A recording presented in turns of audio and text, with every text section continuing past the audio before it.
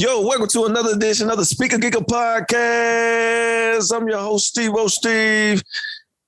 And we back with a brand new episode. Yo, I'm here with my partner, Tommy T, our residential music enthusiast. And we are also here joined by a brother of the show. He came over to visit us from our mother from another over there. Our residential comedian and entrepreneur, Money Mark. Y'all give him a round of applause. G will be back, like I said before. He will be back. Our residential MC will be back soon after he gets married. Make sure y'all go and blow up his Facebook page and all his social media and tell him congratulations. It's coming up real soon. Yes, sir. And other than that, man, I'm your residential former your former music exec of over 10 years and your residential music historian, Steve.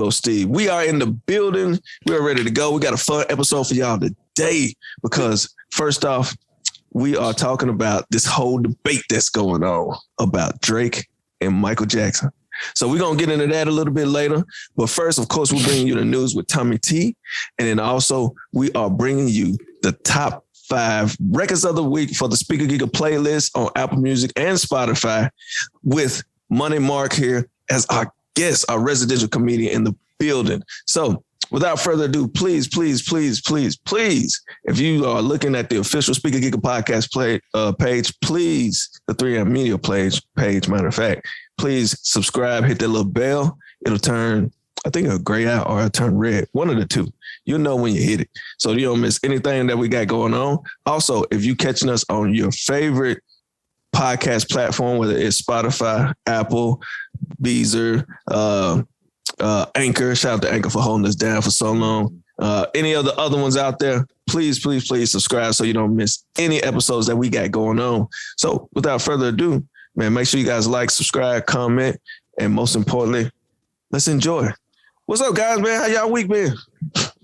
Man, I just wanted to say that's what she. My bad. I just want to say that's what she said when you say when you will hit it. I like that. You know when you hit it. That's what she said. That's what she said. You know when you hit it. Hey, that might need to go on the shirt. Yeah. Y'all silly, man. Just Mark, man. What's up, dog? I'm glad you're here, man. We supposed to have him on last week, man, but everybody was just not Sunday, bro. Hey, we here now, man. It's old news. We stopped bringing up old stuff, man. Got a couple Porsche trucks, a couple old schools. Can I tell y'all what happened last week? What happened, man? Man, I went to a house party with a game night, right? Mm-hmm. Man, I got some hit. Can I say? Can we? No, can I just say what I want to say? Don't do that. Oh.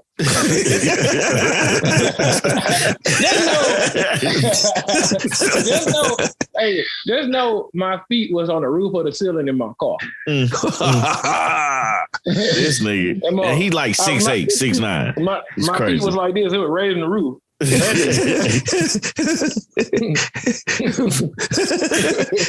Let your imaginations run wild, people. Let your imaginations run wild. That man said, I thought it was next week. No, I text you. I said, I'll text you next week. He was like, yeah, I got to start writing stuff down in my calendar. That's exactly what you said. Yeah. That's your fault, Tommy. I took full responsibility for that. I said, my bad. And I should have put the date on that, and I didn't. So that was on me. But you here now, man. I'm glad you back on the pod, man. We always talking about books and everything. Before we get started, man, what's been going on with you and what you got going on, man? Man, I ain't been doing nothing, man. Honestly, I just been reading like a book every 2 weeks. But this new book I picked up, man, by James Clear, Atomic Habit. Yep. Oh my God, it's talking about like compound interest of your time. Basically, it's just like bro, you can change your life 1% of the time every day. If you just do 1% of dropping bad habits every day or improving yourself, man, you're gonna be times 37 by the end of the year. Yeah. So it's just like taking small steps and stuff, man. I ain't been doing nothing, man. Just researching a lot of stuff. learning how to edit videos better, watching Issa Rae Masterclass, and watching Squid Game on Netflix. Man, that's the best damn show on earth, bro. Yeah, I'm about to go check that out. Yeah, that's in my list, man, because of you, man. Like this, I was telling the white lady, right? The white ladies who on my, at my job, they was like, I told them about it. It was like, oh my God, Marcus, it's so gory, but it's so good. It's so good. When the white lady make her lips like this. Hey, that's how you know. That's how you know. So good.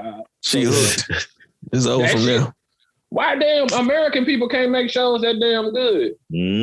Watch it, y'all. Squid Game, bro. Best show I've ever seen on Netflix. Oh, yeah. I'm going to check it out, man. I'm definitely going to check it out, man. Yeah, I'm definitely gonna I'm put that in my list. I got it's fall time, so those fall shows start coming back. So I'm like, I got a couple routine shows I got to put in there too. But yeah, that's definitely gonna get added to the list. Me too. Whenever I get a chance to watch. Let me ask y'all a question. What you got? Watching a TV show with since y'all married, is watching a TV show with your wife, is that a love language for y'all? Yeah, it depends. Sometimes. Yeah, it depends. It really depends on your partner. Yeah, because if someone for me, it is because I value time. Yeah, spending time with people. So I love to sit down and just kind of hang with my wife and watch a show, or whatever. So yeah, because we watch a lot of movies. So it just depends. It depends on your partner. That their love language. But yeah, for me, it is because I value time. Yeah. Yep, same thing, man. It's like we spend time, we work together. So it's like, so it gives us an opportunity to like actually have something that we think is stupid. Like we may watch something and be like looking at each other like that was dumb. She's like, yeah. That's where most of our jokes come from. It's like stupid TV that we watch. Hey, real talk though. One of my coworkers, right, Tommy, this is about you too. Yeah. She was like, she watched Married at First Sight. She was like, I be watching all the reviews. I said, my homeboy and his wife do that. I showed her. She said, hell yeah, I watch them all the time. I put that on everything. Yeah. I'm like, that's what's up. And she's like, you know him for real? I said, yeah, I used to babysit his ass.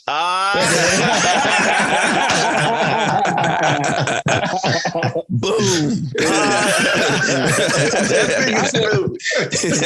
I got his ass fired from Food Line one day. Oh, man, that nigga stupid. Hey, that's never going to get old, man. It's not, man. Never, ever. He did not get me fired from Food Line. I quit. Hey, tell your coworker I said hello and tell I said thank you for checking us out, man, and keep watching. Major things is happening. That was like Monday, I think. Was it? Yeah. That's dope, man. That's cool. That's cool, man. I appreciate that, really, man. Yeah. I can't beat that. No, you can't beat that at all. Is it you appreciate her watching or me babysitting? No. I really appreciate her watching, man. I'm just making sure. Oh man. Shit, man. Sounds like everybody's week's been going well. Yeah. Good laughs. Man, fellas, let's get into this top five records of the week. So of course G is out.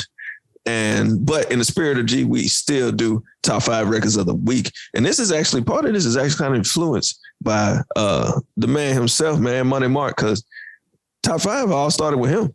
You know what I'm saying? So shout outs to Money Mark, who's on the show. And here we go, man. Let's jump into this top 5, man. Since Money Mark's the guest of the show, man, you go ahead, man. Start out. Do you got your top 5 records of the week? All right. Talking about previously or this week? This week. Okay. Well, coming up. Well, we're going to go. Well, no, previously. Yeah. Coming up to this date. We're going to go. My number 1 is One Way, Cutie Pie. Man, I just like that song. Cutie Pie, you're the reason why. That's my shit right there. Yeah. They had it on the score in Snowfall. On one of the episodes, Baby Keem whole album. That's a whole. Mozzie, new album. I know you talking about singles. You talking about songs or just songs? I mean the whole. Mozzie whole new shit. Who else I've been listening to, man? I've been listening to a lot of Tim's, the lady, the African singer. She just nice. And that's great person. Oh, for real? Yeah, great. Shout out to Greg, man. Greg know music. Oh yeah. And let me see. Lastly, man, I try. Okay, and Grown Symbol by In the Return of Symbol by J. Cole. That's my shit. Yeah. So yeah. So that's about it. Gotcha. Hey, that sounds solid to me. Yo, that Mozzie is that Mozzie album. I'm enjoying that Mozzie. That Mozzie was in my top 5 last week. It's dope, bro. Yeah. I really think I really want Mozzie to be bigger than what he is, but we'll have to wait and see. Tommy T. Since both of y'all in Atlanta, we just gonna connect the dots, man. Let's do it. Hit me with your top 5. What you got? All right, man. So A-Ball and MJG pimps. Okay. Hey, A-Ball got a part in that. What he say? I got gold mouth, Kurt, something, man. Gold mouth is something. He's from Tennessee, and I'll be like, yep, that's me. Earth Gang, Top Down. Okay. Let's see what else we got. Twister, Get It Wet. Twister really I've been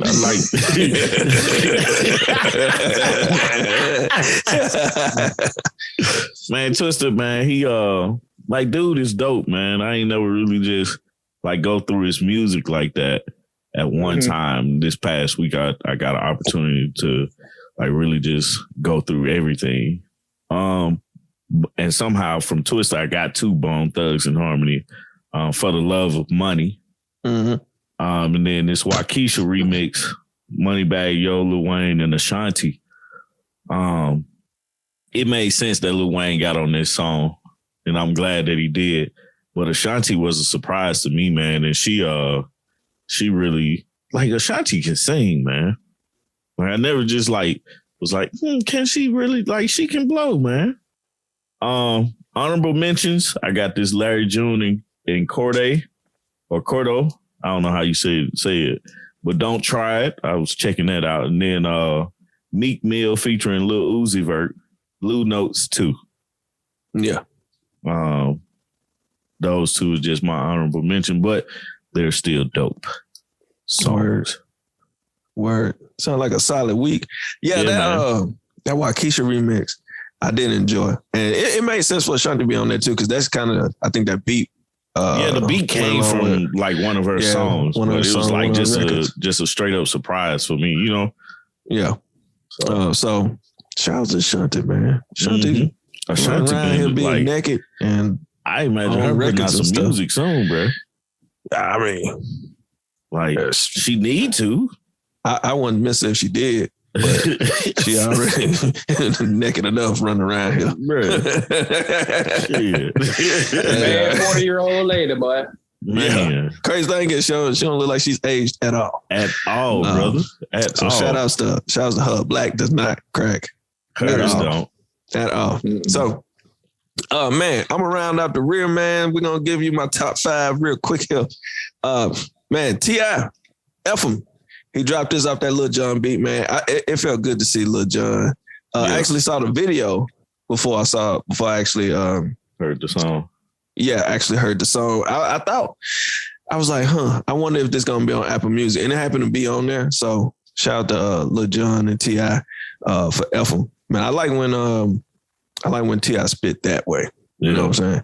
Outkast, Spaghetti Junction.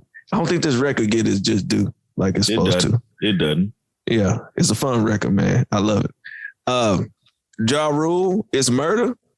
This is a song that had DMX and Jay-Z on it. So coming off that versus battle, I listened to the whole Vinny Vici, and I was like, man, I ain't skipping out on one record on this thing. So shout out to Rule and everything he got going on.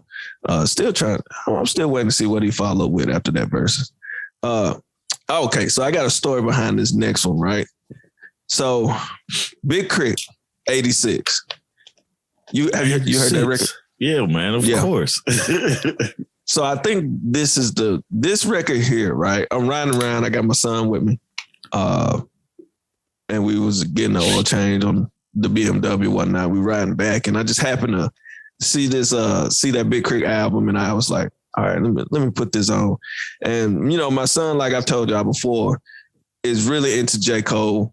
Mm-hmm. So I was like, let me see what.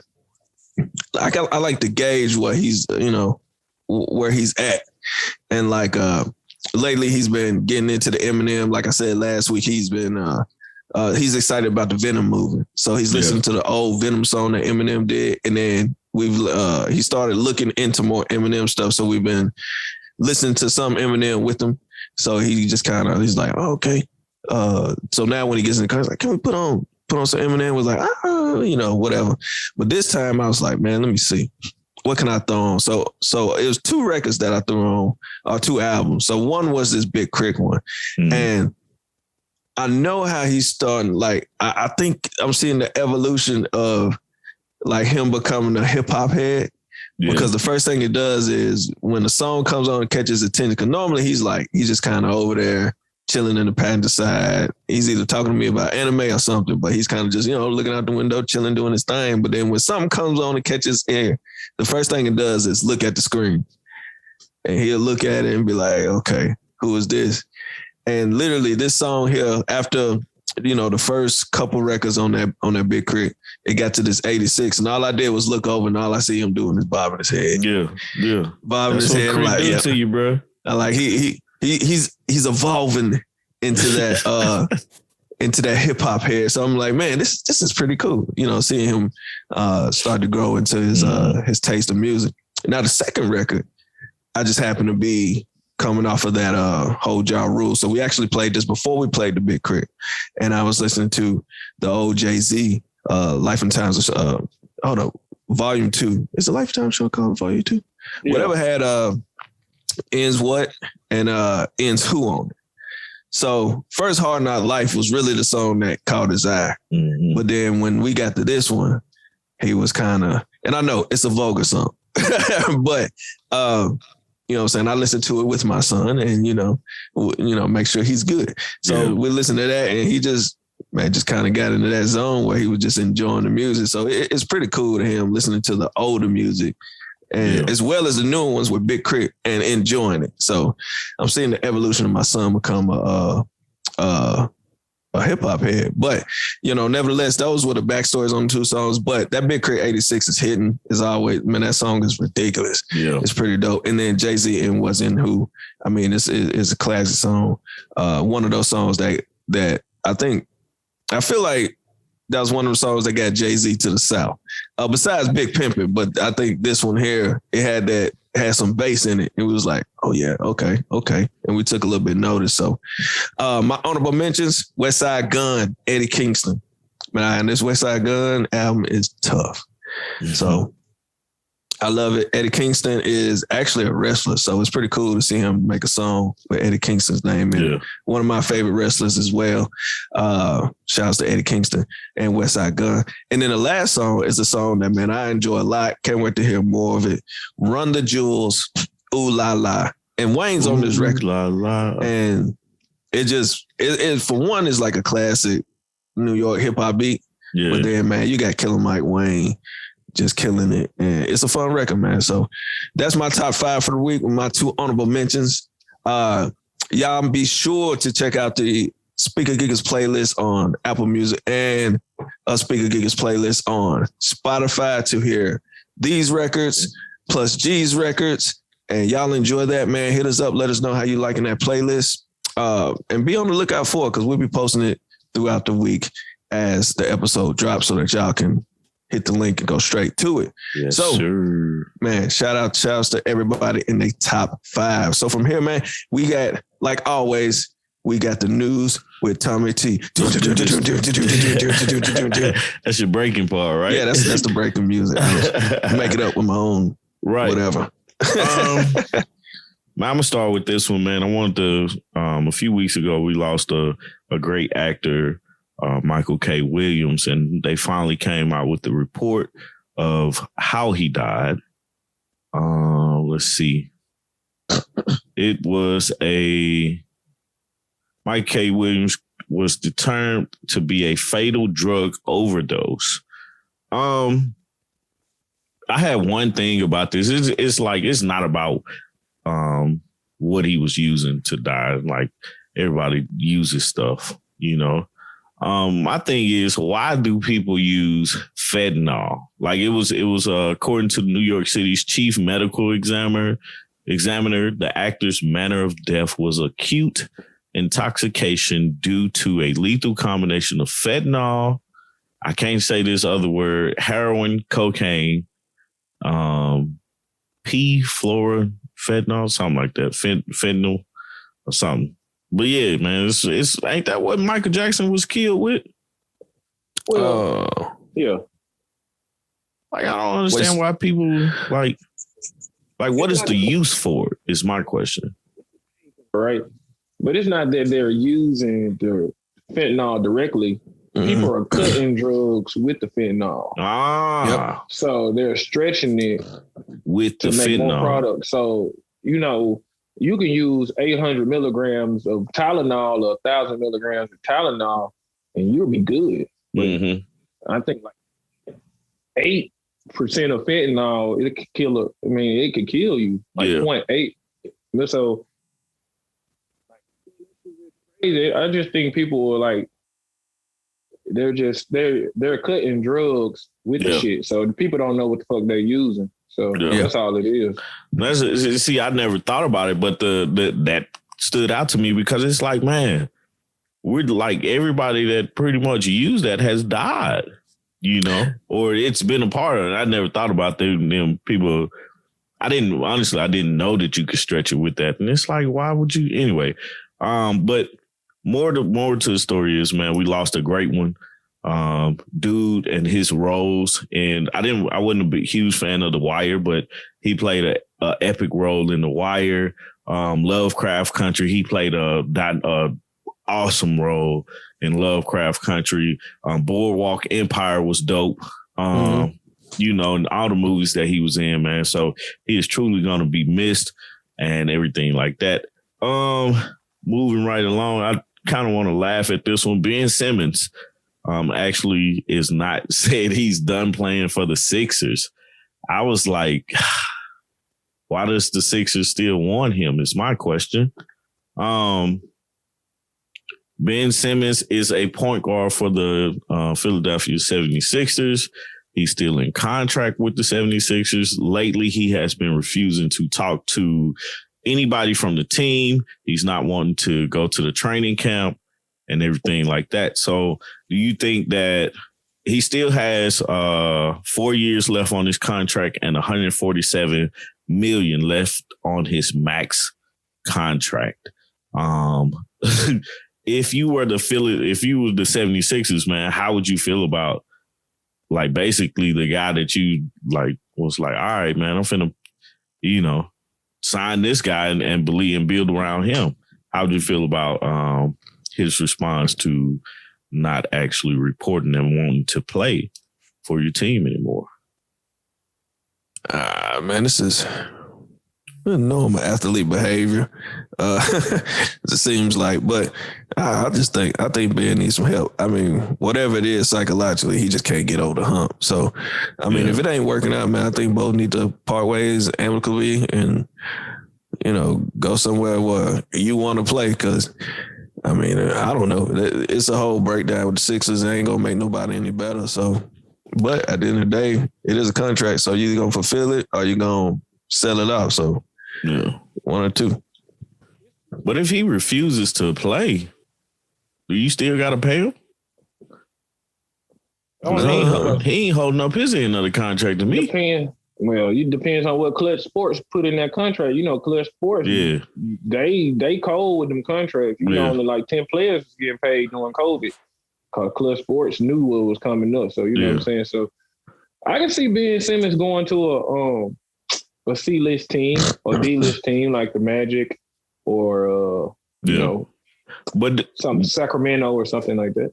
My thing is it like, do you think Ben Simmons is a player that will go to a team to improve the team or just be at a team to just, you know, because we was talking about that with the Bulls and how they got Zach LaVine and DeMar DeRozan I think it's somebody else there. And I was like, they didn't improve. Like, they improved the team, but the Bulls aren't going to go anywhere because of them. You know what I'm saying?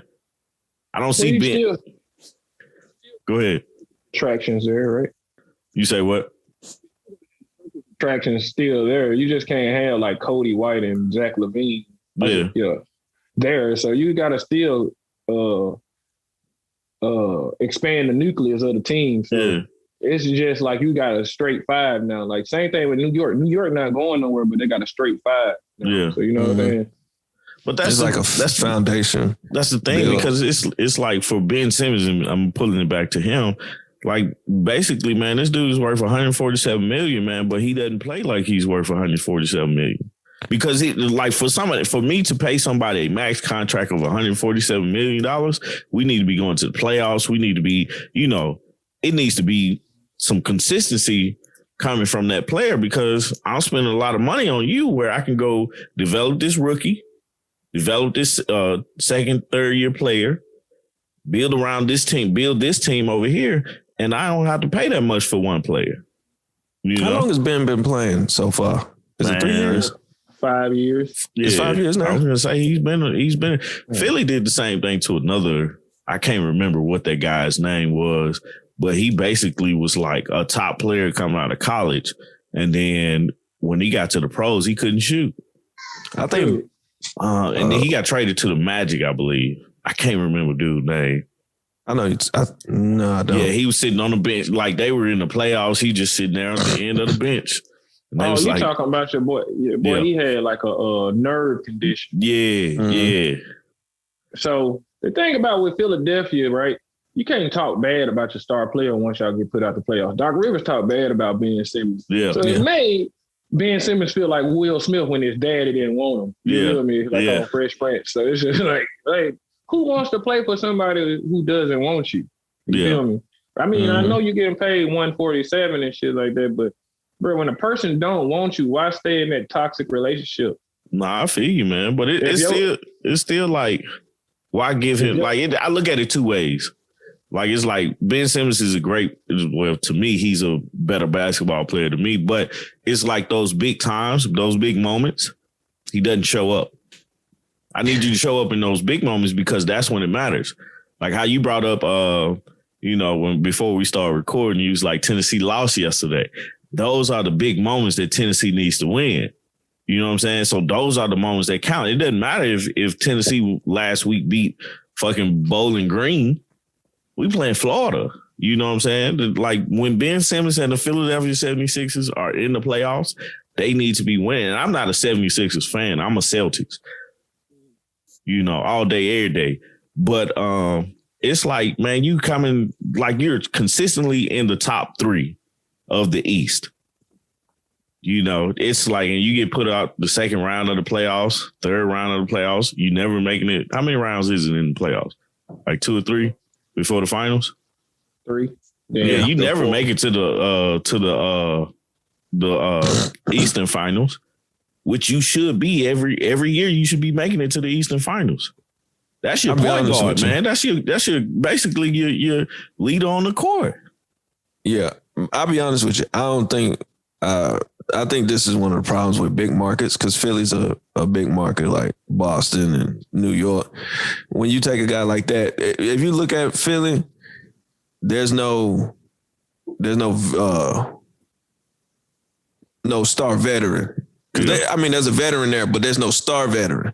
Mm-hmm. So when you take a kid like that and you push him into the spotlight and push him right there as you the guy, some people can't handle that. So, some people shrink in them big money moments. So I'll be honest, I think Ben need to go somewhere and play.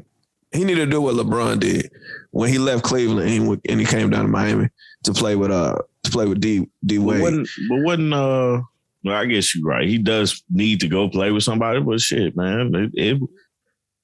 I don't know, man. I don't know. I wish him good luck. I like what you said, Steve. Prime example, Tommy. I like what you said. Vince Young went to the Titans. They got rid of damn Billy Volek and Steve McNair. Yeah. Mm-hmm. He needed that leadership. Mm-hmm. You feel me? Why would you get rid of the leadership? You feel me? Like a lot of people come in the league, they expect, like white quarterbacks, like they'll sit on the bench 5, 6 years, 6, 7 years. Yep. Aaron Rodgers, Tom Brady, for example, but they're getting that leadership. Even the dude under Aaron Rodgers right now for Green Bay Packers, it's like he's sitting right there waiting for his time. Yeah. Look at Jameis Winston. Yeah. Crab legs. I call him crab legs. Like, look at crab legs. Yeah. 1 year on the Drew Brees, and then look at him now. But I don't know, man. I don't think Philly had anybody for him. Who did they get rid of? Philadelphia was spending absurd amounts of money. Anyway, they gave Tobias Harris fucking 108 or 180 or something. They gave Boban some fucking money. They gave Jimmy Butler some fucking money. You had the veteran there, but Jimmy Butler, nobody likes playing with him like that, though.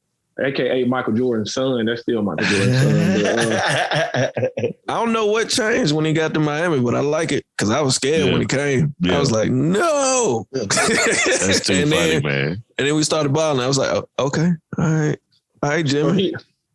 He definitely needs some veteran leadership. Like coming out of LSU, he was already hurt. People talk bad about him, say was prepared for the NBA. He set out for a year, won Rookie of the Year over Donovan Mitchell, which was unfair. Yeah. But he childish. That's all it is. And that's what it is. Joel Embiid childish too. Oh yeah. Yeah. So where y'all see him going? Go play with LeBron. They got too much over there, man. No, he can go to the Magic, Sacramento. He's gonna go to OKC, somewhere like that. He's just not gonna go to a big market team. But what he put in the same situation though, with no veteran leadership at those markets. Yeah, but you're trying to sell tickets. Who's going to a Magic game on purpose? People that's true. Like if I was there to see a basketball game, the Celtics would have to be playing, and I just happen to be in Orlando to if I go to a Magic game. Probably need to go to Charlotte. He's not a point guard. He's not your dude. He doesn't know how to pass. He can't shoot. So anyway, well, good luck to Ben Simmons, man. I hope that he's a better player than me. He's in the league now, so I hope he finds a home, man. And can be happy and lead his team the way that he feels like he can lead the team or be a part of it. Moving right along, man. What y'all want to? Oh, T.I. challenges 50 Cent again, man. I'm going to bring up this versus thing because we're talking about a lot of stuff against competition against each other. So T.I. and 50 Cent, some people are like, oh, it's not a good versus. T.I. thinks it is. At the premiere of BMF, which is actually comes out to be a really good show about the Black Family Mafia. I don't know if you guys have ever heard of them, but they did it. I've seen a few documentaries about it. The guy Big Meech is, who Jeezy is always talking about. This show is about them and their organization. So at the premiere of this, T.I. basically was doing a concert in the middle of or right before a song. He basically said, give them what the people want to see, man. Talking to 50 Cent, talking about doing the verses. I really want T.I. to do a verses with somebody. Like, I think he deserves it, that notoriety, but I think him asking to challenge or him challenging somebody like over and over again like this is makes it disinteresting to the viewers of verses, But just want to hear what you guys got to say.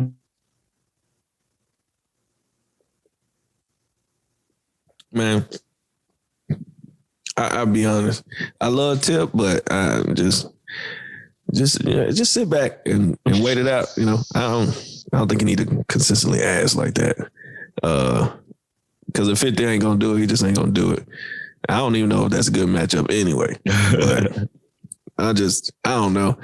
It's one of those things where you're like, bruh, just chill. Somebody come along at some point. Yeah. Your time just ain't right now, Mm-hmm. Versus been linking the wrong people together. You feel me? Like I feel like that's a horrible matchup. I feel same thing with like I feel like Missy Elliott and T-Pain should have went against each other. Like they got so many. T-Pain, damn. Yeah, that would have been crazy. But, you know what I'm saying? Like I feel like Jodeci and Pretty Ricky need to go up against each other. That's just different. No, you just clapping cheeks to them songs. You know what I'm saying? You know what I'm saying? So they, just like I said, T.I. and Jeezy should have went up against each other. They're trap music. You feel me? Like, yeah, like that's a bad combination. You feel me? Like, I just feel like it's stupid. If you really want 50 Cent to go up against somebody, he should go up against the Game or somebody he beefing with or something like that. But he don't need. That's two different genres or two different lanes. You feel me? Mm-hmm. But I still think I don't like that matchup with 50 Cent and T.I. But I don't like the matchup with I always thought T.I., like I was saying earlier, T.I. should have went up against Ludacris. I think for two reasons, because of course Atlanta, but they were out at around the same time. Well, they were out at the same time. And essentially they were on competing, like basically competing with each other as far as like their music. At one point they were beefing, I think. Yeah. Mm-hmm. And so I just always thought that would be a better matchup than Ludacris and Nelly. Just because, you know, the type of music that they're making and the hits that they're making. But yeah, T.I. just keeps asking for 50. And I think it's just because 50 Cent was like, is a villain. And I think T.I. is more so of, well, I think we can banter together and stuff like that. So I wonder what type of relationship they have outside of like, you know, within the music industry and outside of the music industry to see how interesting their banter together would be. I feel like Ludacris should have went up against Busta Rhymes. They make the same music, same party, fun music. Like they always playing in their videos and stuff. Who did Busta Rhymes go against? Didn't he do one? No. He just did MTV Awards recently. Did like 7 minute melody. But yeah, man. Yeah. I don't think 50 Cent would be a good versus battle with anybody because he actually has like his music is like nobody makes music like 50 Cent. Yeah. Man, that's crazy. But no, they don't, man. Like I don't know, man. We've had this conversation about where we see the verses going, and I think the people that's actually in the industry are going to start, like they basically are starting to challenge people anyway. You know who they want to go against, their hit for hit, and stuff like that. Which I think that's the evolution of the verses, but I think some of them are just like silly. It's like people don't want to see you go up against that, like putting your hits against that because it's unnecessary. Like, I don't think Diddy and Jermaine Dupri are good verses. I think Jermaine Dupri would smoke Diddy. What? Yeah. Yeah. Diddy probably smashed JD easy. Nigga, I don't know how I feel about that one, man. Like I like it, but then again, I don't like it because I feel like both of them could have better opponents. Man, this man got the whole Usher Confessions catalog, bro. What you like? You was clapping cheeks to that in college. What you know what I'm saying? Yeah, but man, you go down that roster, man. You talking Big, you talking about Mary J, you talking about Total, you talking about Faith Evans, you talking about goodness gracious, Mace. No, man. Puff Daddy didn't produce or write none of that stuff. Jermaine Dupri produced and wrote. Mm-hmm. Yeah, and that's a good point, but that's Bad Boy. I mean, he got that executive producer credit. Yeah, he can play it. Okay, what Bad Boy song influenced y'all? Anything Biggie, man. Big? Sky's the limit? Like anything Total Biggie. Kissing You? Like that's his juggernaut though, man.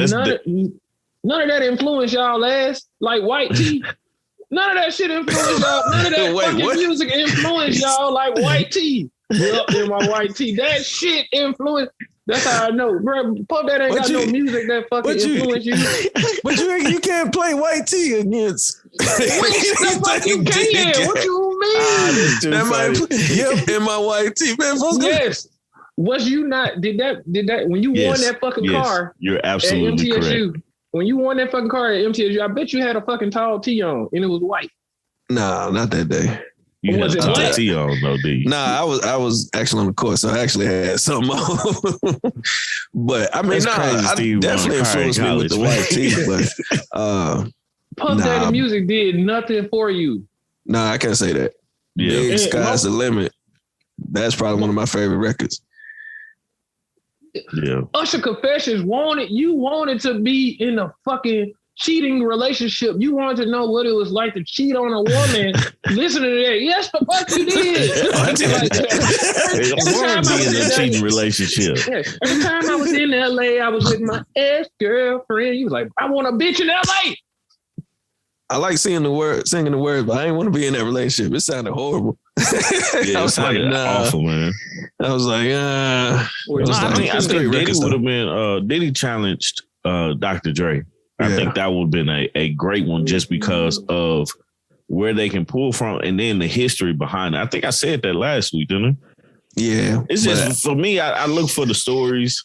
It's honestly, I think it's how people enjoy the verses when they happen. You know what I'm saying? Yeah. Like, I think DMX and Snoop Dogg's were one of the best ones just because the stories that they were telling. And also because that's probably like one of the last times we actually got to see DMX in some type of, public platform. Mm-hmm. Drake catalog too long for Diddy, man. Yeah, he'll smash Diddy. Yeah, I think so. But it's just like the stories that we didn't hear, I think is what I'm looking for the most. But honestly, man, what I would like to start seeing is record labels versus record labels. Like, I want to see No Limit go up against some people, bro. No Limit got quantity. They ain't got quality. They don't, but but like you made the point, like White Tee influenced us more than Diddy did. No Limit definitely influenced a lot of people more than a lot of record labels. Cash Money influenced us more than No Limit. I didn't bring up Cash Money. Cash Money and 8 Ball and MJG influenced us more than No Limit. You just said about gold teeth and niggas was out here getting candy paint on their cars and riding old school and shit. Like, No Limit didn't influence us, for real. I think they did, bro. They were just putting out a lot of music. Bro, they put out a lot of music, but we liked it, though. Did you really? Yes. Yes. Bro, my wife knows all the songs. We be sitting like long car rides. We be in the car jamming, man. You put a No Limit mix on, we good to go. So No Limit mix about 30 or 40 with all the CDs they put out. Think about it. How many songs is in that mix? What was the girl name that never came out with an album? Peaches Mercedes or something? Did. Mercedes that's it. She did come out, but she was on like the album cover for like 3 years. Coming soon. Yeah. In the back. I think the record label versus record label is it could only work with the smaller record labels. I think it'd be kind of dangerous because it's going to expose it. Because I don't think Def Jam should do it, or that's what I'm saying. No, absolutely not. Absolutely not. You really can't. Like I really believe some people just shouldn't do a versus. Like I don't think Drake should ever do one. I think Diddy shouldn't ever do one. Jay-Z shouldn't ever do one, and then record labels like Def Jam and Sony and Warner should never. Artists, like the actual, I think mostly artists, music artists should do it. Yeah, and I think some people just should, they should keep their mystique and never do one. I think they need to start moving out of the North, though. I definitely think they need to come down to the South. I don't know, because them North ones are special. What'd you say, Mark? 2 things real quick, talking about a down south versus. We need a Mr. Lucci versus. Who would you put Mr. Lucci up against? That's Mr. Lucci got like 2 records. What you need to let your son listen to? Mr. Lucci. Or the last Mr. Big, man. No. Honestly, let me ask y'all. Hey, honestly though, but it's still because y'all mentioned something about Jay-Z on the down south beat, right? Yeah. I feel like we was robbed in the early 2000s when Jay-Z or Kanye West didn't put out a Gangster Grills. Nigga sounded like on a down south beat, like Memphis Bleak and Trick Daddy around here was the closest thing we got to Jay-Z being on a real down south beat. And that shit, him not making the Gangster Grills, I think that's like LeBron James not getting in the dunk contest. I think he should do one. Yeah. But I think Jay-Z's mystique, and I think he shouldn't have done one. Yeah. I think, yeah. I don't think it would have served him anything. Like as a fan, it would have been like, oh shit, Jay-Z. If he was on the album, the Gangsta Grill album that he did in like 2007, I think that would have been perfect. But not his whole own Gangsta Grill. So you remember how shocked you were to hear random hip hop legends on down south beats? Remember when Crunk Juice came out and they had Ice Cube on one of the damn last songs on that motherfucker? And you like, oh my fucking God. Why the fuck he ain't been doing this? It's sort of like that damn surprise factor. Yeah. And that's what I'm talking about. Like Jay-Z I don't think it wouldn't be as great as it would be if it was like versus a whole Gangsta Grills or him on a few tracks. You know what I'm saying? That's what I think. Yeah. I think if he made like a surprise and like if he showed up on something, then I think it would have been amazing. But I think some people need to keep their mystique where they don't follow the trend, because Gangsta Grills just became a gigantic trend. Anybody was doing one. Right. I think some people just kind of stay away from that. I don't know about Ye though. It worked for Lil Wayne. I have to think about that one completely. I said the Gangsta Grills worked for Lil Wayne completely. It worked for everybody. For you know what I'm saying. Plies, it didn't work for Plies. I'm kidding. He didn't really need one. He didn't get one. I don't think, man. Yeah. I just feel like he shouldn't have never renamed his first album. I think it should have stayed The Real Nigga Testament. What is it now? Yeah. The Real Testament. Mm-hmm. I didn't know he changed it. Damn, that's crazy. Obviously, T.I. doesn't have a good opponent, because we started talking about everybody else. He does.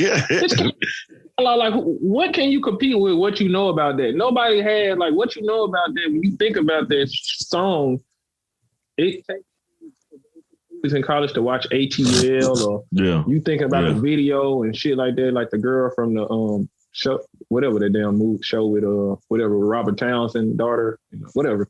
But yeah, Sisterhood, Parenthood. Yeah. But T.I.'s music is nostalgic. So who are you going to put up against him? I think he lost his opponent when they did Jeezy versus Gucci. Because if you think about Atlanta, I always say it, man, the three-headed monster of trap music in Atlanta, the Mount Rushmore of Atlanta artists is Tip, Gucci, and Jeezy. Yeah. And only 2 of them can do a versus battle. And when you lose that, that's it. You know, like, I think he lost his opponent. I get he really want to do one, but right now, I think it's going to be one of them things that you just don't get a chance to do because you can't force it, you know? And Yo Gotti a horrible opponent for him. Yeah, I don't think Gotti got somebody was really talking about that. Yep. Hits in Tennessee, like for us who went to college and not even college, for us who grew up in that 2000s era of going to the club, Yo Gotti had about 40 fucking hits. But globally or, regionally, people are like, hell no, he only got down in the deal. You feel me? Yeah.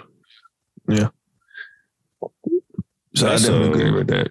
That's crazy, man. Last thing about this versus name before we move right on. Who would you give Project Pat a versus with? Or do you think he's deserving of a versus? It'll be more of a group thing. It'll be 3-6. the one that never happened, 3-6 versus Bone. I wouldn't have Project Pat by himself. Yeah. Yeah. Does Bone have 20? I mean, Bone got 20 songs regionally in the Midwest, but does the Bone has, because the versus battle is subjective anyway. It's all right. Actually like.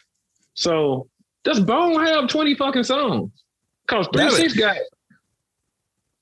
You could play a whole 3-6 album from Choices to damn When the Smoke Clears to the Summer Underground. You could play any, all their artists has, every artist 3-6 put out, every motherfucker got 20 songs. Yeah. I think Bone got, I don't know. That's a good question. That's something that we have to find out, because that may be one of the moments where things start to drop and then we realize like, oh, because the thing about the verses is, you play stuff you're featured on too. So, even if they ain't got 20 hits by themselves, which I'm sure they got at least 10, then, it's features and stuff like that. I mean, it just really depends. I mean, shoot. I mean, I didn't think Fat Joe had as much as he had when he faced Ja Rule, and I was like, oh yeah. Joe had plenty. So it just really depends. Do deep cuts count though? Like, what I'm saying? I don't think so. I don't think so. Deep cuts, cause for example, we use Yo Gotti for example. I think anything. Right. For us being in Tennessee or going to, parties, that's the rise, that's the climax of the club when you play, and that's what's up. It's been a long time coming, a lot of dope running. That's the climax of the club. But that's a deep cut if you go look at it regionally. Yeah, I think it counts. Everything counts. If you got something that, because the thing is, like, we don't know where it turned up at in other places too, because we wasn't there at the moment. Like some of that stuff, be surprised, because that was just an album cut and it took off. So I think every record counts. Like whatever you got, if it's one that, it might have been popping where you was at, but then you might figure out that we was listening to it too. Yeah. So everything counts. Like if you got something in the stash you finna drop, man, everything counts. Okay. So Project Pat just need to go against T.I. and call it a day. What? I don't know, man. Who you think will win? T.I. Oh yeah, T.I. easily. T.I. one of my favorite rappers though. Actually, I think Tip had two. I think Tip had three potential opponents, and Ross, Gucci, and Jeezy. Anything after that, I think I think T.I. and Rick Ross will be a good one too. Yeah.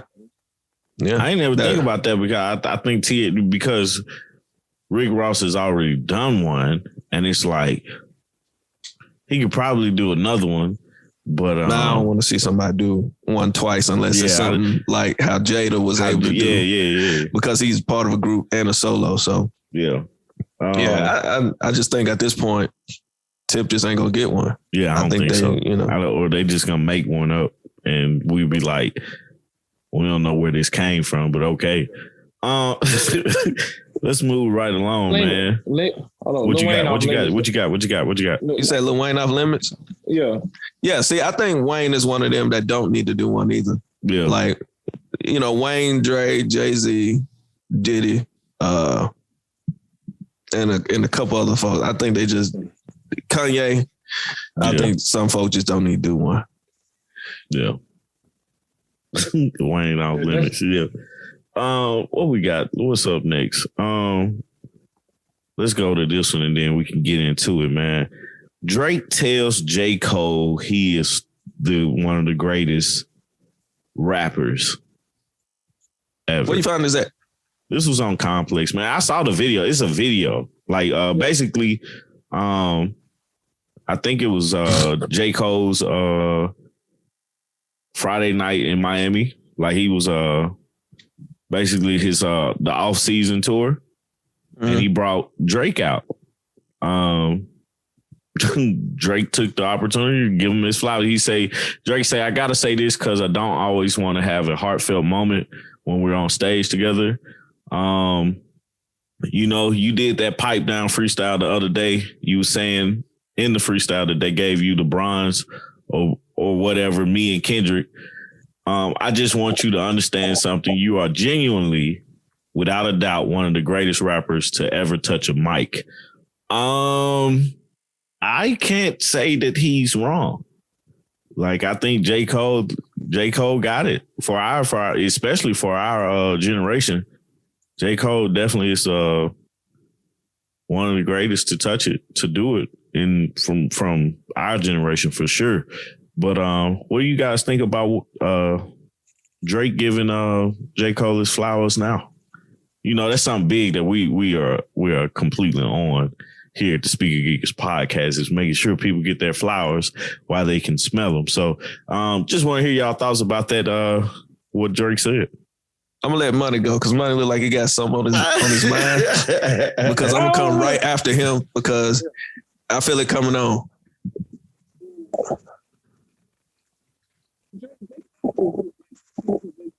Me being a comedian, I'd be like, how the fuck does he tap into this emotion?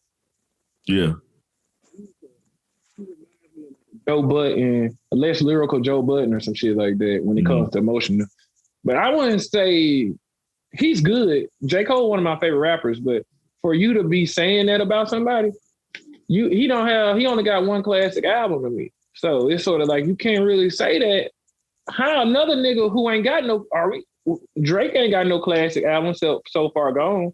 Yeah. That's a mixtape. So it's just like, bro, how can another regular nigga tell another regular nigga you a great nigga? So that's like motherfucking Mookie Blaylock telling Spud Webb, you know what I'm saying? Don't get me wrong, they both two good ass artists, but he said Spud Webb. And Drake, and J. Cole, one of my favorite artists, but he's not great. You don't think so? You think he'll ever reach it? Mundane music. Like J. Cole, like you cannot, no knock to J. Cole. I know this might, and that's my nigga. Like I really fuck with J. Cole, like tough. But if you cannot go on a road trip, listen to J. Cole because you'll fall asleep while you driving. I'm telling you, like J. Cole doesn't. So who would you put in that category? Artist? Say it again. Of a great artist? Yeah. Say it one more time. Rick Ross.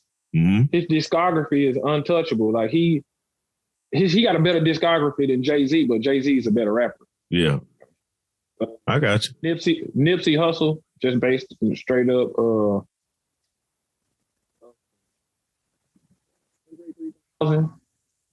Yeah.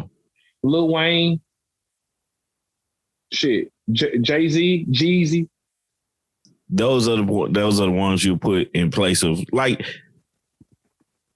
I get it. You know what I'm saying? I'm with you on that.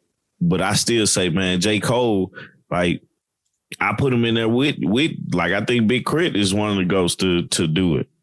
Not the greatest of all time, no. But in my category, in my list, yeah, they in that top tier level for this generation.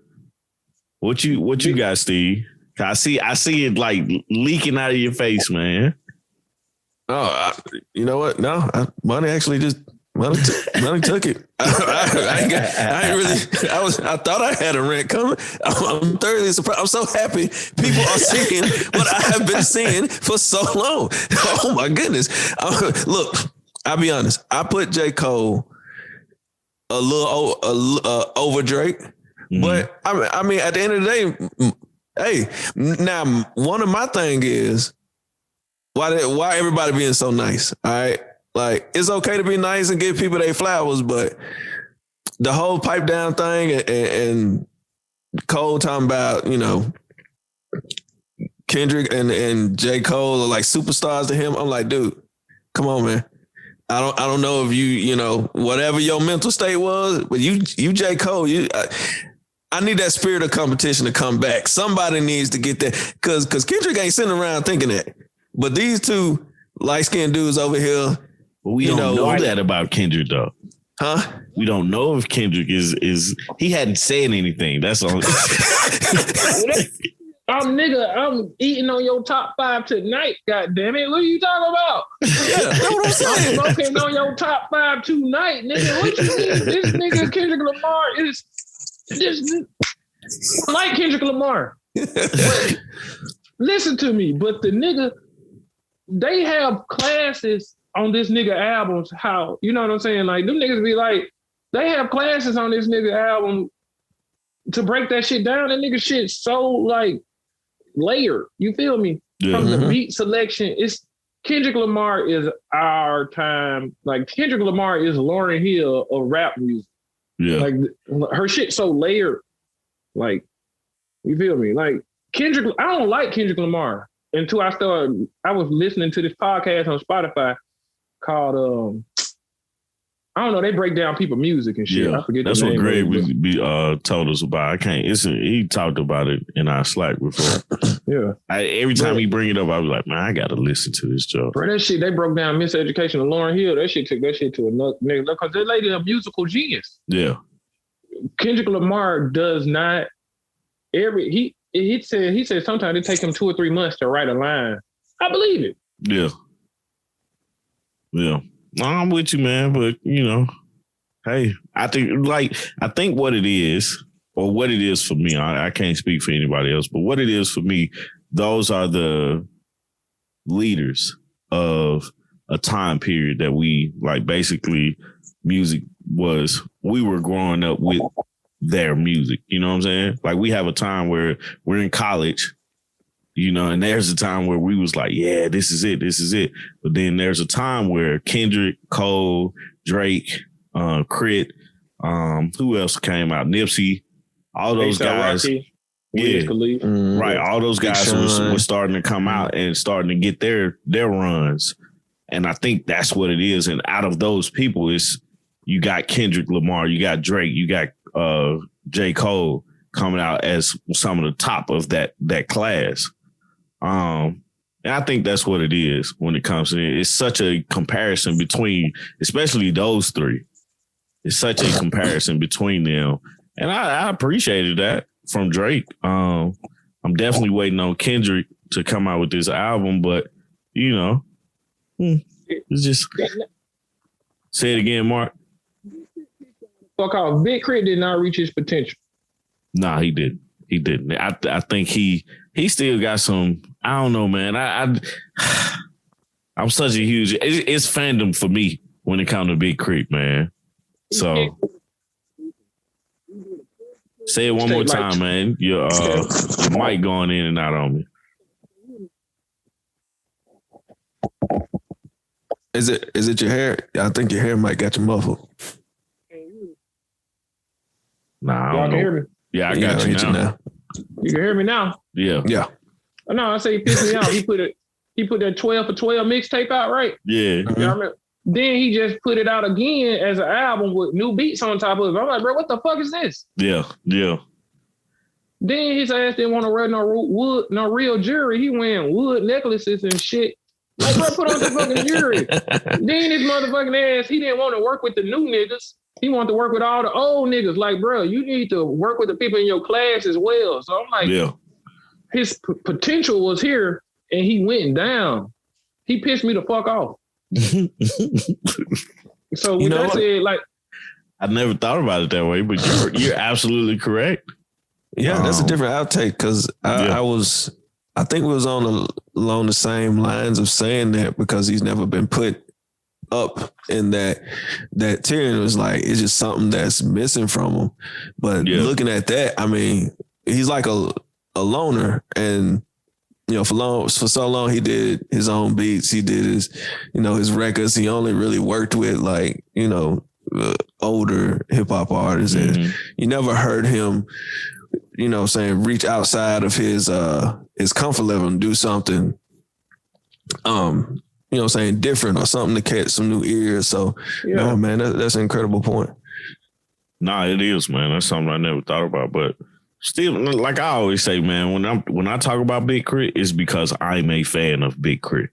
I love the guy, man. Nigga, on my Facebook memories, I was with Big Crit yesterday, 11 years ago. Yeah. At Fat Caps. Got drunk with Big Crit. Because I know Wally Sparks. You know what I'm saying? We got, Wally Sparks used to be a DJ from Chattanooga. Yeah. Got fucking drunk with Big Crit and Big Son. I seen so much potential from this nigga. Mm-hmm. And he wanted to make songs with fucking Bun B every fucking day and Ludacris and shit. And fucking 8 Ball and MJG, bro, make songs like, bro. If he would have made songs with Lil Wayne and fucking shit, nigga, Nipsey Hussle, more Big Sean songs, Wiz Khalifa, if you would have. Like that's why I appreciated what's the last album that he had used different producers. And you see a lot more features and stuff like that. It was different for me, but it was also appreciated just because, okay, you see another avenue of things. So, yeah, man. Let's get into this, man. And then the spirit of comparison, let's get to this. Right. This dang on argument this debate that folks are beginning to have man. with Drake and Michael Jackson. And that don't even sound right to say. It does not. But it was interesting to me just because I think a few weeks ago I brought up the idea that Drake was one of can be, like Steve said, he is not one of the greatest rappers. Either Steve or Greg say he's not one of the greatest rappers. That's probably both of us saying it. Yeah, I think, both of y'all agreed about that. And I was like, I can see your point. But then I brought up the idea that he could be one of the greatest artists. He could be put into the category of one of the greatest artists. Now, in my eyes, Mike J, man, is probably the greatest of all. Is the GOAT, period. It's like, it gets no better than Michael Jackson. But I do think Drake definitely can be put into a category as one of the greatest artists to actually do it on our side. Mark is shaking his head, but that is the debate that has been going on this past week. Let's give a quick background. Yeah, I was going to say, where did it come from, man, honestly? So all this really spawned from the whole thing with Drake having I think it was 9 in the top 10, 9 records from Certified Lover Boy in the top 10, which end up beating out the prior record of Michael Jackson having, I believe it was 7 in the top 10, 7 songs from one album in the top 10. In 1982. Yep. And from there, it spun this whole thing of people saying that Drake has surpassed Michael Jackson because he was able to do this. And also that he, what Certified Lover Boy was able to do as far as selling records, which was, I think it was like 120 million. Whereas I guess, MJ sales or whatever over his span of his career. So it came up this whole thing of people saying that Drake has surpassed Michael Jackson. And actually, I believe it was Complex who posted the question of who was the greatest between Michael Jackson and Drake. So that's kind of where all this spawned from. And then we're getting a lot of input from not just fans, but now folks in the industry. I really like what Knife Wonder said. He was saying, are we bored at this point? Because there's absolutely no comparison, because when Thriller came out, people ran in the house, stopped everything they're doing to watch this amazing video. And it's so much to this to unpack, because first off, we gotta, if we're gonna, even talk about this whole situation, you gotta unpack that we are now in a streaming era. And, we have the streaming era versus album sales, actual physical copies. So there's a lot to unpack here as far as Mike J and this whole Drake thing. Me personally, no, absolutely not. I think it's absurd. I think it's disrespectful to even try to even compare. Unlike Tommy T, I think Drake is just super average. I don't think he has no business nowhere near for some of the top artists, because if we're talking MJ, then you're talking Prince. If we're talking Prince, then we're talking, I mean, I love it. like, I mean, those two names alone, like, I'm like, why are we even talking about this? I get it that this is, their generation as far as Drake, but come on, man. Like, no, absolutely not. Michael Jackson made fucking 5 decades fucking worth of music, dude. Yeah. Nigga, from a nigga, Michael Jackson had a video game. Michael Jackson had fucking cartoons. Michael Jackson motherfucking had grown ass white men passing out. Like, let's look at this. You feel me? Like, bro, Drake, you gotta understand this nigga. If you had 7 out of the top 10 songs, think about this. Everybody has access to a phone, right? We have the access to a streaming device. Think about, bro, you had to leave the fucking house to go get that motherfucking record. Absolutely. You feel what I'm saying? Yeah. Nigga, if Drake come out with a CD at 12 o'clock right now, we have it right here. We don't have to go nowhere. It's convenience. Think about how many albums Michael Jackson would have sold if cell phones was out back then. No, you're absolutely correct. Another thing, I want to throw this out here because like I'm in total agreement with you guys. Like the comparison between Drake and Michael Jackson is silly. And I'm not with it. I think Michael Jackson is the GOAT, period. But Thriller had 9 songs on it. 77% of the Thriller album was on Billboard's top 10 or whatever. CLB, Certified Lover Boy, had 21 songs, I believe, which it turns out to be 42% of the album was on the top 10. So I like with less songs, like more of them was like more of the album itself was on the top 10, like along with the ease of access for Certified Lover Boy. People had to, like Mark was saying, people literally had to go out their way to get the Thriller album to actually buy it. Now we're just paying a monthly service fee. Sometimes this comes through your phone bill. Like it's paid through your phone bill. So you don't even pay for the service. Where like itemized, you just pay my phone bill, I get the service. So like I think Michael Jackson and the Thriller album is like, first off, let's time out. I'm not gonna say Certified Lover Boy is not a great album. I think it's a good album. It's a solid album for the times. You know just what said I'm saying? It wasn't a great album. Huh? You just said it wasn't a great album. That's what it is. I mean, okay, whatever, man. It's a good album. I like it. You know what I'm saying? But Thriller, to me, is probably one of the greatest albums put out. What's that one? Thriller? Yeah. That's Thriller. It right there. Yeah. I think Thriller is probably one of the greatest albums because you can ride Thriller and not skip at all. And actually probably gonna put it on repeat the whole album. Whole album. Let's backtrack real quick because you brought up a good point as far as streaming service cost. One thing that people have not quickly paid attention to, your streaming service is what, $5.99? Yeah, maybe $12.99 if you got a family plan, right? Yeah, and that's once a month. You know what I'm saying? Whereas, think about how much that album cost around that time. Around that time, I don't know exactly what the price was around that time, but if I'm thinking about albums, they were like $20. Yeah. So you're paying more than double, like almost 200% for an actual album that you got to go outside to get. Whereas the convenience of having your phone and paying lesser, to hear this album, I mean, of course. Think about how many times you nigga had to go back out and get this because somebody stole that shit. That shit got scratched up. Yeah. Somebody broke that motherfucker. Right. Yeah. Right. Drake can't fucking moonwalk. Drake can't moonwalk. Drake can't fucking. Come on, bro. Then guess what? Drake. What's that shit he came out with? The Tootsie Slide. Yeah. Nigga, think about sing the Tootsie Slide. Yeah. And it's think just about the instructions to moonwalking. It's the instructions to moonwalk. Yeah. Michael Jackson ain't thinking about fucking goddamn Drake.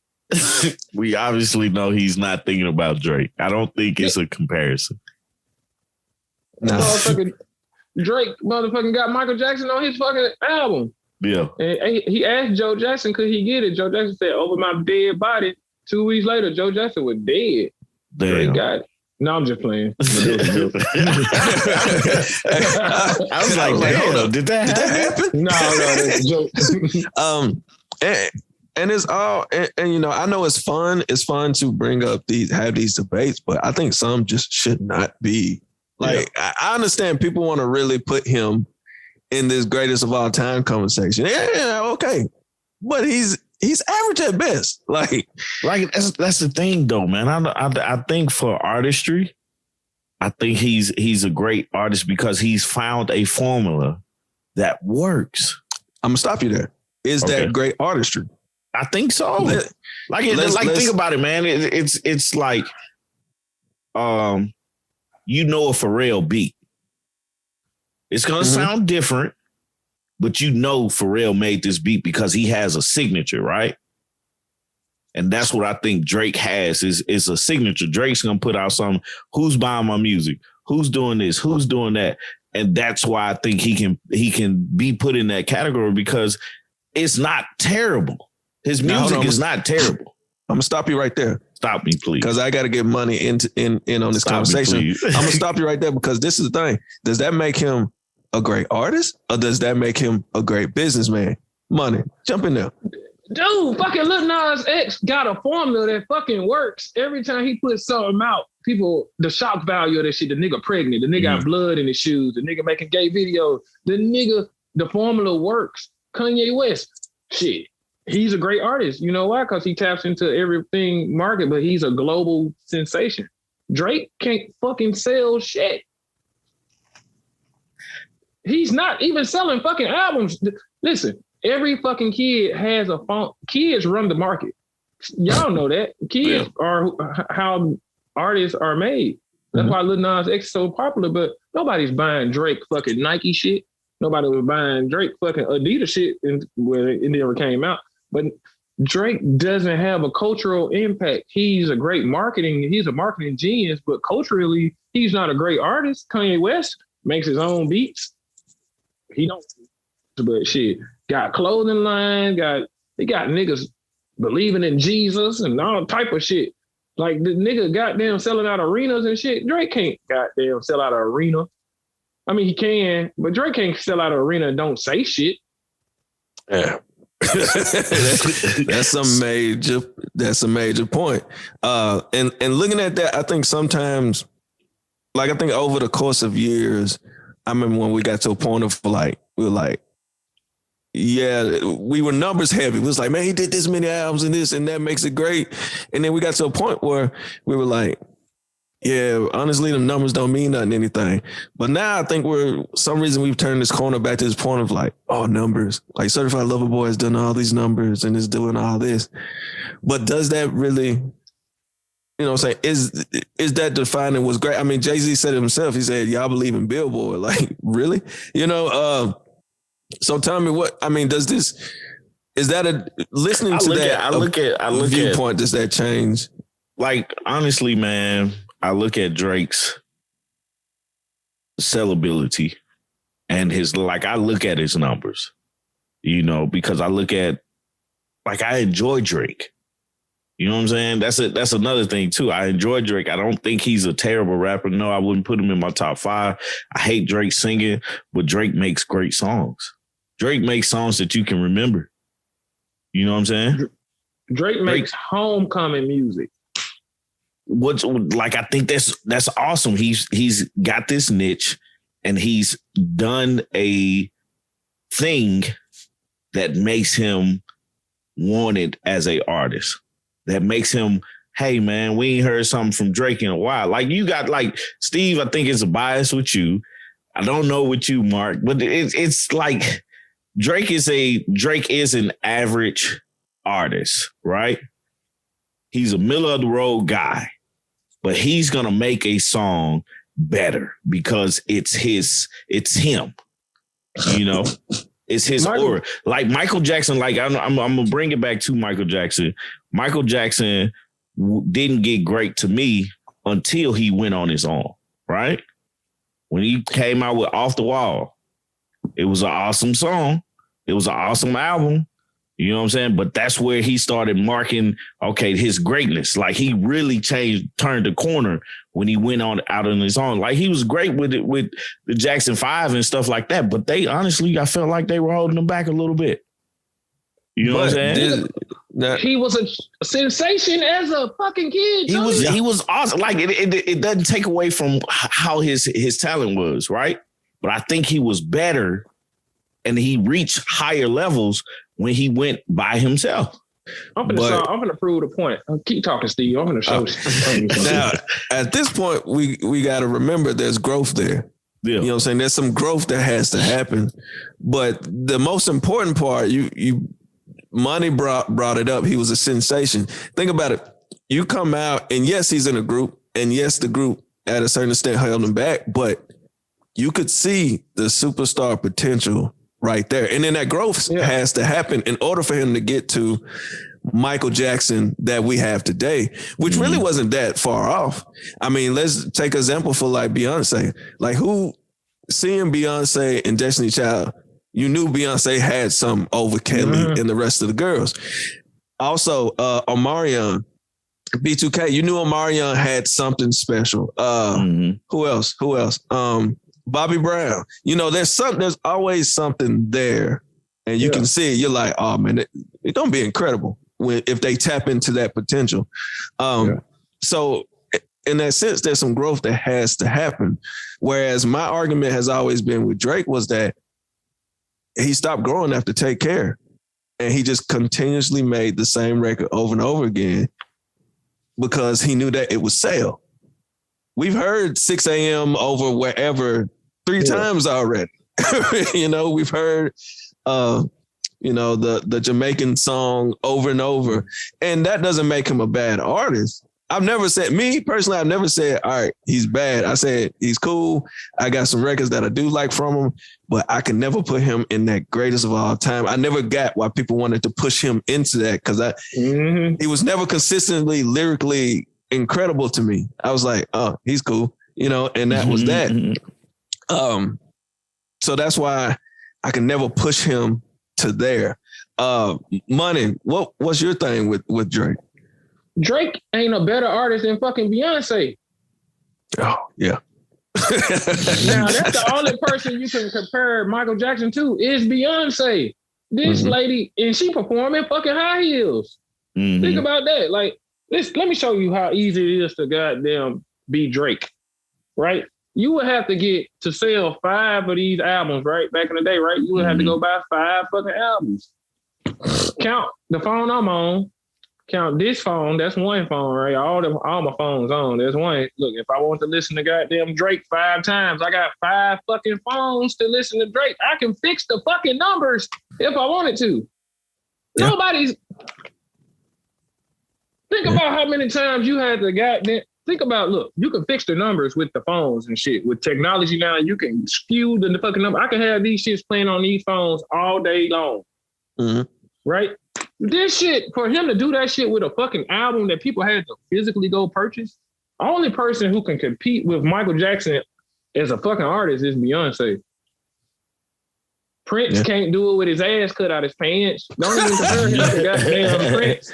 You feel me? Like, that's blasphemy. Drake cannot fuck with Michael Jackson. Only person can fuck with Michael Jackson, Beyonce and Joe Jackson.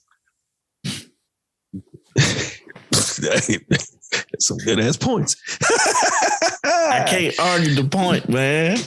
But I think Drake's numbers, like skewed as they are, you have to accept that the times are different. It's like Jordan comparing LeBron to Jordan. There's not a fair comparison. The times are different. During that time, I think Drake found the formula and it works and he makes great music and his numbers reflect that. I have to go with the numbers. I'm a numbers guy. So it is what it is on that. We're gonna always agree to disagree. I still love you guys. But I still believe that you can't make that comparison with Michael Jackson and Drake just because of that. If they were put in the same time, I think Michael Jackson would mop Drake under the floor. Beyonce, the same thing. I think Beyonce is of our time. Beyonce is the Michael Jackson of our time. Mm-hmm. And I've said I'm still it's gonna be interesting to see the next Beyonce, because Beyonce was the next Michael Jackson, I think. Tommy, real quick. Yes, sir. If you know how skewed the numbers are, think about this. It's you, your wife, and your daughter, right? At the house. If all three of y'all like Michael Jackson, right? Yeah. Y'all would have to go buy 3 fucking albums for the house. Well, I would actually have to buy. Well, I'm just saying, anyway. 3 albums for the house. Then you wanted 1 for the car. You feel me? Yeah. Then you got 2 cars. That's 5 fucking albums you would have had to buy. I would just listen to the radio in the other car. I got you, man. I see your point. I see your point. But that's the thing. That's the thing of the different times, man. Mm-hmm. You know what I'm saying? It's a hard comparison because still you would probably interchange the the tapes at that time. All I'm saying is I got 5 fucking phones in my house, right? Yeah. If I leave Drake's album on repeat for a whole fucking week, it counts. It counts.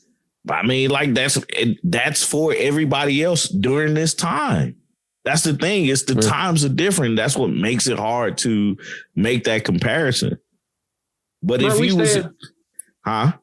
we stay in the era that everybody wants to do what everybody think is cool. So when Drake come out, how many damn Drake is a meme artist. Whatever he makes memes of himself to go viral. Drake isn't a good artist. Drake is a great marketer. Like the damn certified little boy shit, everybody was putting 12 motherfuckers on shit for no fucking reason. He's a great fucking like all his out. Like remember he had on a was it Stay Scheming video shoot or something like that, or No New Friends or some shit. He had the black leather outfit on with the boots on and one foot was kicked up. Mm-hmm. That's a meme. Yeah. Mm-hmm. Drake, when he was crying in that damn video with Lil Durk and shit, and everybody want to use that as the new Jordan crying face, Drake makes himself go viral. Well, that may be a topic that we can talk about, man. It's the importance of advertising in today's music versus back then, because I mean, back then advertising, I'm not sure how advertising was back then when it came to music artists and them actually doing that to sell their stuff. But today's market, man, is in today's time, that's the way to get things sold. So maybe that's something we can actually dive into a little bit more on another episode, is when we talk about what people are doing to sell more albums. But that still goes to I don't think this is an argument. I think we all agreeing on this one that Michael Jackson versus Drake is not a fair fight.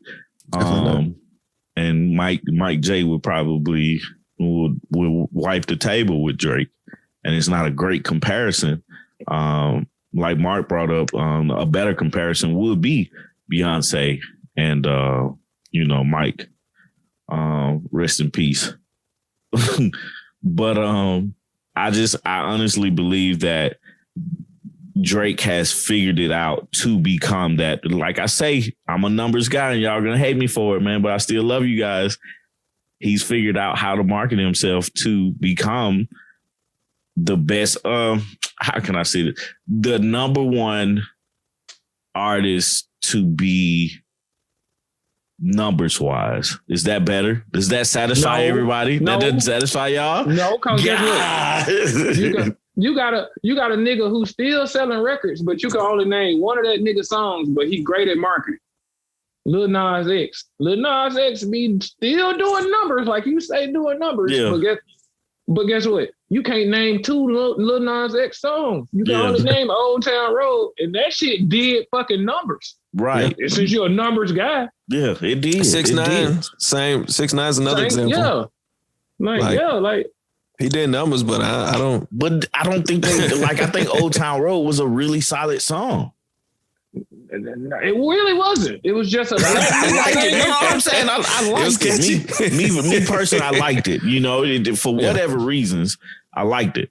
You know what I'm saying? But it's like we were talking about before we started recording. Was I'm not a fan of what Lil Nas X does. Mm-hmm. So me personally, I'm not gonna support all that other stuff. But yeah, like I haven't listened to his new album because it's like I can't get past all the other stuff. I don't want to. How do you know he got a new album out? I pay attention to people releasing albums. Hey, Drake, dude, you proving my point. I pay attention to it. You proving my point. Drake just good at marketing, Tommy. But he's not a great artist. He's good at marketing, but also I want to listen to his music. For me, there's a difference. Every album, you're going to get a Rick Ross and goddamn Lil Wayne song. That's fine. I like that. It's the fucking, who wants to keep hearing the same shit? Drake is the Tim Duncan of fucking rap music. Big fundamentals. And you know people love Tim Duncan. And right now, Tim Duncan is in the Hall of Fame. But guess what? Michael Jordan is and Michael Jackson is. Who would you rather have on your team? Michael Jordan, of course. Or fucking Tim Duncan? Michael Jordan, of course. Who would I rather listen to? Michael Jackson. Of course. Exactly. Point proven. Like, no. It's. I've already said that I'm taking Mike over in this argument. I'm taking Mike. Yeah. And Beyonce is Kobe. Yes. So and would you Drake argue that Drake? Tim Would you Duncan. argue? Would you? So you're saying Drake is Tim Duncan and not LeBron? So who's LeBron? Yeah. So who's LeBron? I almost want to call Drake Robert Horry. Lil Wayne. What you mean? I don't know, man. Lil Wayne has been. We was kids with Lil Wayne, right? Mm-hmm. Yeah. We was little hot boys with Lil Wayne. We was back that ass up with Lil Wayne. That's in the 90s. I'm trying to see. I gotta think about that. You just threw me off with Lil Wayne, man. Look, we grew up with Lil Wayne. I put Lil Wayne on an island by himself, man. We grew up with LeBron James, right? Same age group. Block is hot, motherfucking fucking lights out, 500 degrees. Mm-hmm. The Carter 1, all that shit. Nigga, Lil Wayne motherfucker was on 50 fucking mixtapes in one day. Yeah. Like, nigga, he was on all the remixes. Come on now. LeBron James is goddamn Michael Jackson, Beyonce, Lil Wayne, bro. Lil Wayne was on doing, niggas think it was on like 500 remixes in 1 year, bro. The closest thing we came to that was 2 Chainz. I don't know, man. That's a great point. I'm not saying that your point is not valid, because it is, but who is LeBron James, Steve? Who is LeBron James of the rap game? Or just music? Of just music, man. That's a hard one. Yeah, I mean, if you're looking at longevity, if we're comparing the LeBron James to, career longevity wise, championships, because I mean, we look at Lil Wayne. Yeah, I could go that. I could go that route, because as amazing as Lil Wayne is, he has done some great things, but it didn't. It was. Don't you feel like it was in the corner? Because if you really look at LeBron, if we deep dive into LeBron's career, every team he's been on has been stacked. If you look at Wayne, every team he's been on has been stacked. Hot boys. I mean, you got Juvie, BG, Turk. Then you go on to him. I mean, him and Baby. Then you look at what he did with Young Money, which surrounded himself with, some of the hottest people. Plus, if you look at every single record that he's ever jumped on, I mean, just, that formula of jumping on, record. You know what I'm saying? And jumping on teams. I can see that point. Yeah.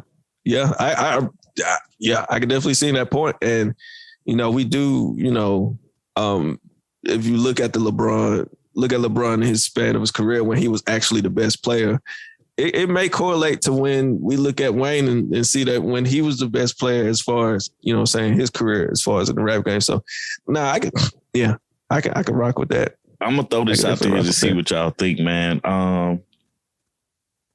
What if could Lil Wayne be Shaq? Huh. I don't know. Shaq is the most dominant in a lot of statistical categories and selling shoes too. Yeah. I would call Kanye West Shaq. But see, then if y'all do that, then where do we put Jay? Shit, you know what I'm saying? Jay is fucking Bill Russell, man. What the fuck you talking about? Yeah, I can see that. Yeah. Bill Russell, Wilt Chamberlain, Magic. Let's do this. Larry Bird. That's Jay. Yeah, absolutely. Absolutely. For everybody, let's do this. For everybody listening, if y'all get down in the comments, who's the LeBron James, man? Are we spot on with Wayne? Or could Wayne be the Shaq? Yo, hop in the comments, hop in and let us know what you're thinking. Yeah. And we're going to go from there, man. Yeah. So, man, great conversation. I think we all have agreed that this debate as far as MJ and Drake is, just everybody's being bored. Yeah, MJ that's what it is was. That's where it came from. Somebody pulled that shit out they hat, man. Absolutely. MJ is the GOAT. And we all agree. Hands down. With that, man, any last thoughts or words before Tommy takes us up out of here? Motherfucking Drake songs, goddamn it. Shit. Everybody, you know what I'm saying? Everybody on earth can tell you a fucking Michael Jackson song. You feel me? Yeah. That's absolutely. it. That's it. Hey, with that being said, guys, thank you once again for listening to another episode of the Speaker Geekers podcast. If you haven't already, please go subscribe to the YouTube, 3M Media Studios, as well as subscribe to the podcast on wherever you stream podcasts. At Speaker Geekers Podcast. You can follow us on Instagram and Facebook at Speaker Geekers Podcast. You can follow me on Instagram at I am Tommy T the Third. You got Steve at the Great Steve O Steve. You got Greg at Barry made of wood. It be flowing. Like I'll be like, all right, man, I'm finna go through here. So I'm gonna have to figure that out. And you can follow Mark at Trademark TV. You see his shirt. If you can't see his shirt, it says Trademark TV with the logo on the front of it in red and white. And Mark with a C. And Mark with a C. I'm sorry about that. Yes, Trademark with a C TV. Yeah, man. Y'all got anything else to say? Steve, you good? Hey, man. I think Plies could be the Allen Iverson of the game.